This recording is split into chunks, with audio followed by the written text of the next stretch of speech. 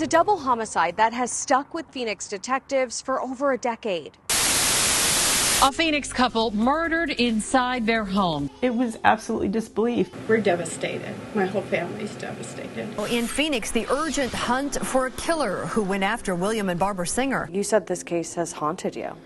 It has. What made them feel like they had no other alternative? The murders of William and Barbara Singer are still a mystery. The couple found inside their own home near 35th Avenue and Bell Road in July 2014. Over a decade later, little information about the case has been released until now. We sat down with Phoenix detectives determined to track down the killer, and the Singer's son, who's still hopeful answers are around the corner.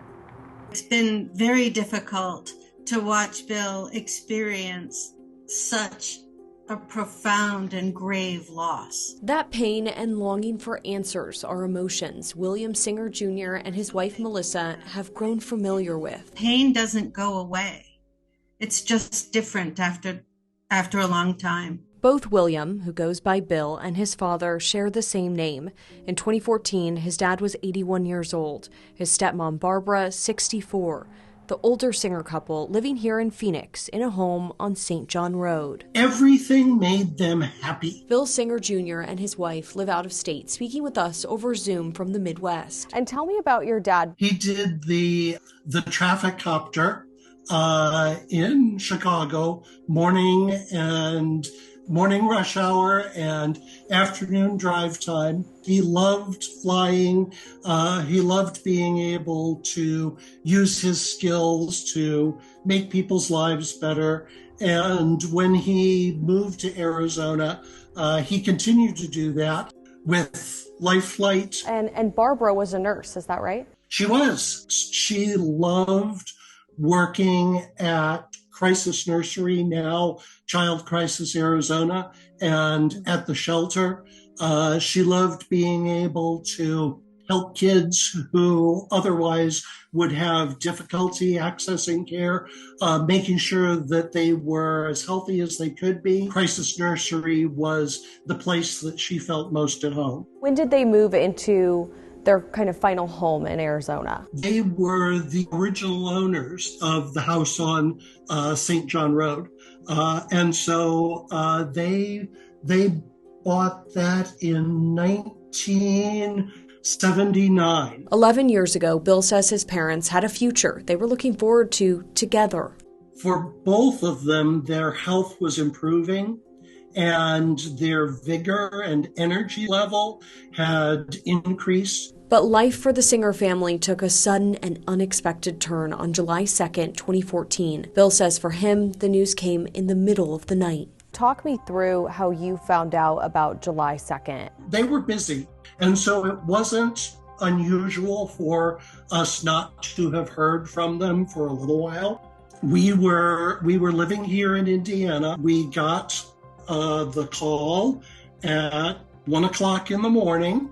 A 1 a.m. call is never a good thing. The police were sitting with my aunt and my cousin.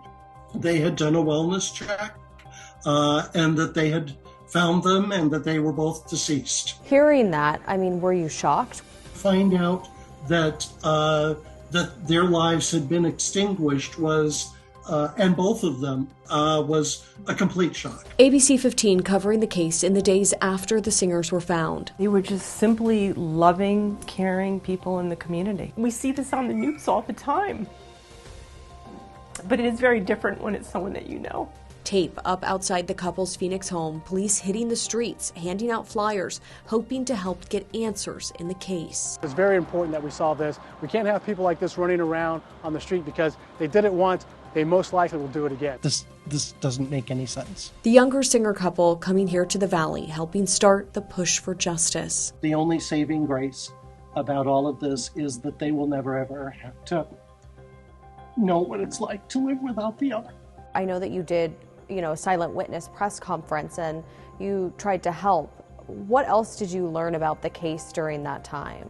The police have been very circumspect because there are things about the killing that only the killers would know. And so what we really knew is that no one would be giving up on this. One of the first clues into the mystery of who killed the singers, the surveillance video from a late-night ATM withdrawal on June 28, 2014, just days before the singers were found dead. And to see that surveillance video of your parents getting money, large amounts out of an ATM, I mean, I'm assuming, and we've heard, that this was not something that they did regularly. This would be so out of character for them. Oh, no. They were early to bed, early to rise. It was all very out of character.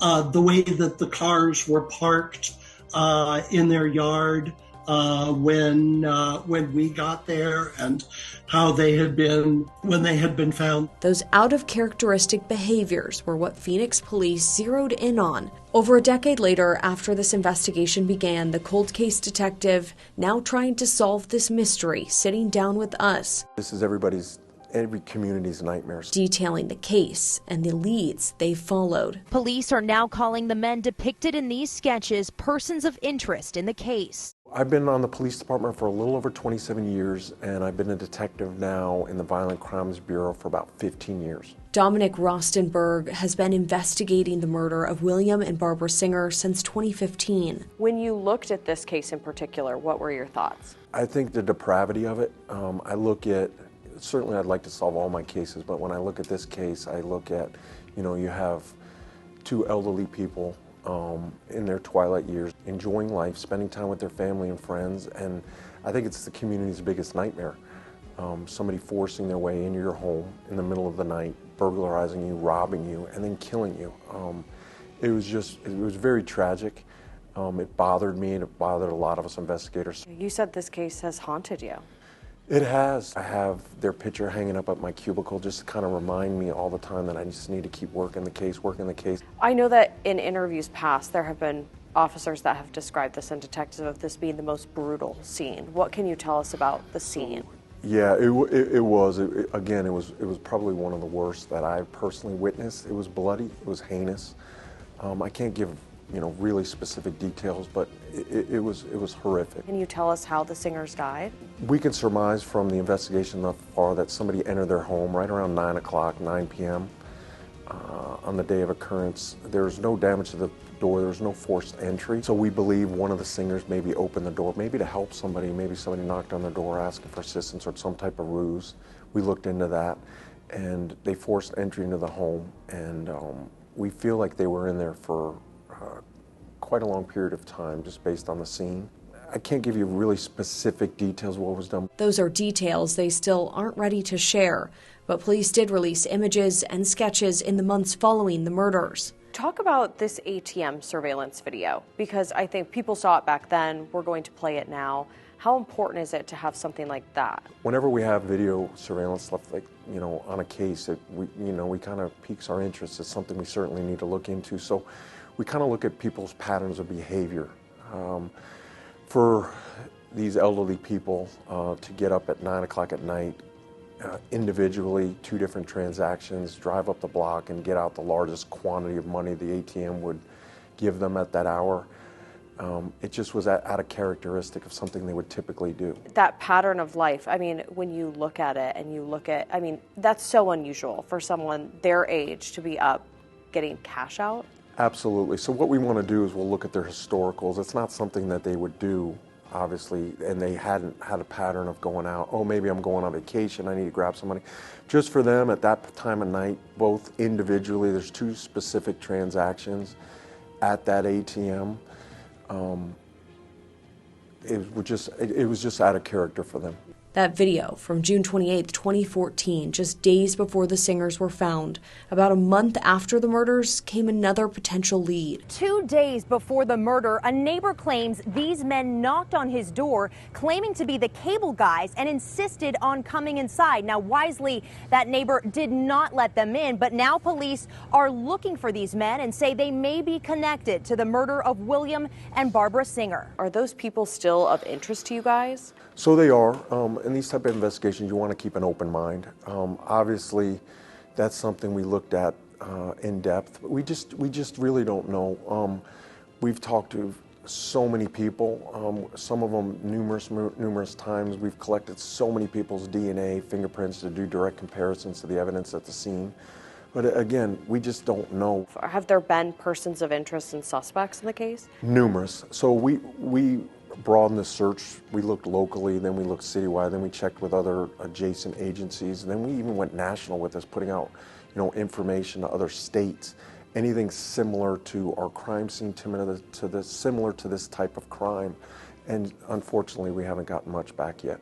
Do you think, looking at this, that this was, or are you unsure, a one-person, two-person, or is that still up in the air?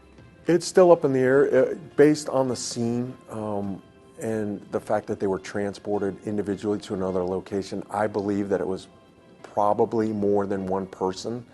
We just don't know. The only people that know, unfortunately, are the singers and the people involved. Both the police department and the singer's son have faith that one day there will be answers in this case. I hope so. I hope someone knows something. A couple brutally murdered inside their own home. Phoenix police releasing this video in 2020 about the murders of William and Barbara Singer, saying the couple was found in different rooms of their home. Do you think that this was something that this person planned out really well? I don't, and I can't go into great detail about it, but it appeared to be unorganized. I think they went possibly to the singer's house to rob and burglarize a home, and it circled it out of control. I don't think they went over there, and I could be wrong, to intentionally murder this couple. I think that their intention was possibly just to rob or burglarize the residence. 2025 marks 11 years since the Singers were killed, but there are still no answers for the couple's son Bill and his wife Melissa. So kind of describe how you were in year one and maybe how it's different now. We are in the same position in 2025 that we were in 2014. A lot of it's been done, but there's still this stuff out there. And so it is wrenching to relive this. Whenever we hear from the police and they ask us some really detailed questions, it's not their fault. They need this information. And maybe what we can do can really further things and help it move along. But it just puts us right back to where we were in 2014, with it being not quite done and resolved. The cold case detective working this case, sitting down with us, walking us through the investigation. It's just challenging. We've sent numerous things to the lab. We've talked to countless people, some of them several different, time and time again, the same person. Leads, silent witness tips, we've been following up. We've collected numerous people's DNA, fingerprints. We just haven't got enough so far to levy charges on someone and to finally close this case. That's why I'm hopeful, with this interview, with doing more media on the case, that somebody will come forward, somebody will provide us additional information to move this to the next step. I know you mentioned DNA. Is there any technology or advancements that we've seen in the last few years that could help the case? We're hopeful. We consistently, the Phoenix Police Department reviews these cases. We also explore the cases to look at, even there's something we couldn't do when this happened in 2014. Is there something that we could do now? Is there something we can do in the future? So we are exploring, different forensic options we have, but as of right now, again, we're just kind of at a standstill. Police and Bill Singer Jr. still hope that one day there will be answers, and that's the goal of reliving these memories. My parents did not live a risky lifestyle. They were ordinary, run-of-the-mill, salt-of-the-earth, try and take care of people kind of individuals. Which makes what happened all the more difficult to grasp. What would it mean to have answers in your parents' case? I know you described that feeling of having something, hanging over your head. What would it mean to know who did this? Relief. relief that finally all of the questions that we had would be answered, relief that the person who did this would not be able to do it to anyone else, relief of just being able to say this is finally done, this is finally over. Is it your belief that there's someone out there that does have the key to unlock what happened to your parents? I hope so. I hope someone knows something and at some point will say something that will bring this to a close. Whether it was, whether this was a career criminal, whether this was just a person who was desperate, it would mean that all of the things that we have wondered about, we wouldn't wonder anymore. There wouldn't be unfinished business. What is that big question that you feel is probably the number one thing you want answered? What made them feel like they had no other alternative? What made them feel that that ending their lives was the only option they had? It's sad and it's tragic and it's gut-wrenching that people who really had a lot and were looking forward to a lot won't have that opportunity. Melissa was making notes earlier about not letting them see our son, their grandson, grow up and be the successful professional that he is. Just so many things that they have missed. I feel confident that there's somebody out there that knows information on this case. I also, the person or persons involved in this, it's got to wear on them. Police hopeful there will be some kind of technological advancement or that tip they've been waiting on. When we talked to the son, he had a lot of confidence in you guys, that you guys are going to solve this. What does that mean? I've been on the police department a long time now, and I'm looking to retire soon. I tell everybody, in the unit that this is the case. This is going to bug me. I need to solve this case before I retire. It's going to haunt me forever. So I want to stay. I want to get, I hate the word closure because you never really get closure, but I want to get this family some semblance of relief. I want to do it for the family. I also want to do it for the singers themselves. For somebody to torture this family in this matter needs to be held accountable for their actions. We sat down with the singer's son just one day after the 11-year mark. Well, every year we remember my in-laws, Bill's parents, on that date. We often have a little toast. We're thankful for all the time we did get to spend with them, and so sad for the time that we've lost. As they wait, the couple knows an arrest, a step towards justice, would mean embarking on a whole different journey. You asked Bill what it would be like when there's an arrest, and unfortunately, I think that it'll be the beginning of another whole painful process with the details and with the whys and the hows and the whole injustice of it.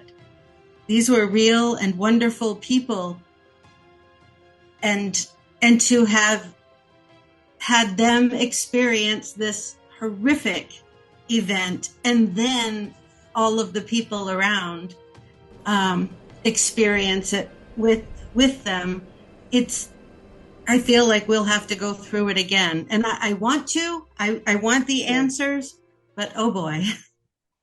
There's a $2,000 reward in this case. We'll be posting more information, including how to leave a tip, on ABC15.com. We'll be sure to follow any updates in this case right here on Arizona Crime Uncovered. Thank you for watching Arizona Crime Uncovered. We're working to bring awareness to crimes where victims are still awaiting justice and also provide an in-depth look at cases still unfolding. Each episode breaks down a timeline of the case, where it stands now, and if any help is needed from the community. You can watch on ABC15.com, the ABC15 mobile app, Roku, YouTube, or any of your other streaming platforms.